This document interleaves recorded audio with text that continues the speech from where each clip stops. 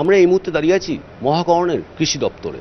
নবান্নে সেক্রেটারিয়েট চলে যাওয়ার পর কিন্তু এখনও রাইটার্স বিল্ডিংয়ে বেশ কয়েকটি দপ্তর রয়েছে। তার মধ্যে রয়েছে পিডব্লিউডি, ল্যান্ড রিফর্ম, এগ্রিকালচার এবং হোমের একটা বড় অংশ।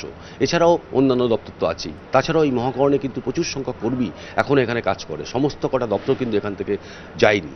আজকে ধর্মঘটের দিন, বাম, বিজেপি এবং কংগ্রেসের এই যে ধর্মঘটের দিন, এর গতকালই কিন্তু রাজ্যের মুখ্যমন্ত্রী মমতা বন্দ্যোপাধ্যায় সার্কুলার দিয়ে বলেছিলেন যে যারা আজকে এই ধর্মঘটের দিন সরকারি অফিসগুলোতে আসবে না, তাদের একদিনের মাইনে যেমন কাটা যাবে, তেমন চাকরি জীবন থেকে একটা দিন, ডায়াজ নন যাকে বলা হয়, একটা দিন কাটা যাবে। যে কোনো সরকারি অফিসে কর্মীদের ঢোকার সময় হচ্ছে ঠিক 10:30টার মধ্যে। আজকে এখানে দাঁড়িয়ে একটা দপ্তর ঘুরে আমরা যেটা দেখতে পাচ্ছি, কর্মীর সংখ্যা কিন্তু একেবারে হাতে গোনা মাত্র। কর্মসংস্কৃতি ফেরানোর জন্যই কিন্তু রাজ্যের মুখ্যমন্ত্রী মমতা বন্দ্যোপাধ্যায় নানা নির্দেশিকা জারি করেছেন এবং পাশাপাশি পুলিশ প্রশাসন যাতে আজকে অ্যাক্টিভ থাকে, যাতে সাধারণ কর্মী থেকে আরম্ভ করে সরকারি এবং বেসরকারি সমস্ত কর্মীরা যাতে অফিসগুলোতে অংশ নিতে পারে বা অফিসে যাতে আসতে পারে, তার জন্য নানা ব্যবস্থা করা হয়েছে।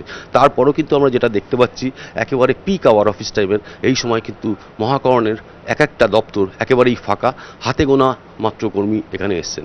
অর্থাৎ মুখ্যমন্ত্রী যে নির্দেশিকা জারি করেছেন যে স্যালারি কাটা যাবে এবং ডায়াজ নন, অর্থাৎ হচ্ছে একদিনের কর্মজীবন থেকে একটা দিন বাদ যাবে, সেটাও কিন্তু আজকে সরকারি কর্মীরা কিন্তু শোনেনি এবং তার ফলে কিন্তু আজকে একেবারেই পুরোপুরি ধর্মঘট যে হলো সরকারি অফিসগুলোতে ঘুরে ঘুরে, সে বিষয়টা পরিষ্কার।